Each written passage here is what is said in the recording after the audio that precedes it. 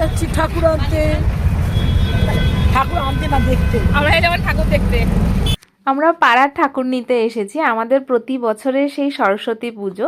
আসলে সবাই ব্যস্ত, তাই আমরাই ঠাকুর দেখতে এসেছি। নিয়ে যাব কিনা কোনো শিওর নয়। আমাদের পাড়ার দাদা এগিয়ে যাচ্ছে স্বমহিমায়, আমরা ঠাকুর নিতে এসেছি। আমরা ঠাকুর নিতে গেছিলাম দোলতলা, উত্তরপাড়া দোলতলাতে। প্রচুর ঠাকুর ঘর, আর প্রত্যেকটা ঠাকুরই খুব সুন্দর। তো অনেক ঘর, তোমরা প্রচুর ঠাকুর দেখতে পারবে, প্রচুর অপশান রয়েছে।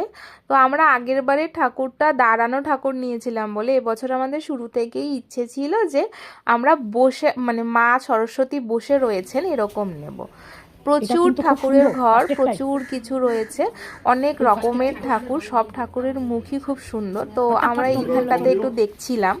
আমাদের ঠাকুর ফাইনাল হয়ে গেছে, আমরা দুজন বসে আছি, নিয়ে যাবো। চারিদিকে মা সরস্বতী, মা সরস্বতী, তার মাঝে আমি একটা সরস্বতী। আমরা খুব আস্তে আস্তে কথা বলছি, অনেক কারণ আছে, সেটা এখন বলা যাবে না।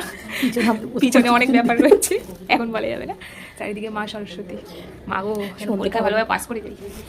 চুপি চুপি রাত্রি মানে পালাতে হবে, চলেই নেই, সেটাই তো বলছি, দেখিয়ে দেবো। নিশ্চয়ই নিশ্চয়ই, ইয়েস। ঠাকুরের মেলায় বসে আছি, আর কেউ আছে আমরা যদি এসেছি, কিন্তু এদিকে সবাই পুজো করবে। সবুজ ঠাকুরটা আমাদের রেডি হচ্ছে, দেখুন আমরা পছন্দ করেছি। আপনাদের কি পছন্দ? তার পিছনে একটা লাল ন্যাকড়া ঝুলছে। আমরা ঠাকুর নেব বলে আসিনি, অ্যাকচুয়ালি আমরা ভেবেছিলাম দেখে আসি আর এর পরের দিন কুমোরটুলি যাব। তো এখানে ঠাকুরটাই আমাদের পছন্দ হয়ে গেছে, আর দামেও আমাদের সব ঠিকঠাক হয়ে গেছে। তো ফাইনালি আমরা ভীষণ হ্যাপি, আমাদের ঠাকুর এখন রেডি হচ্ছে। তো মায়ের সাজ হচ্ছে, এই যে সুন্দর করে সমস্ত কিছু সাজগোজ করানো হয়ে গেছে। এই হচ্ছে আমাদের মা সরস্বতী, প্রায় শেষের পর্যায়ে। তো ঠাকুরটা আমরা আজকেই নিয়ে যাব, আর পাড়ার পুজো বলে কথা, একটু তো বাওয়াল হবেই। আর এই হচ্ছে আমাদের মা সরস্বতী।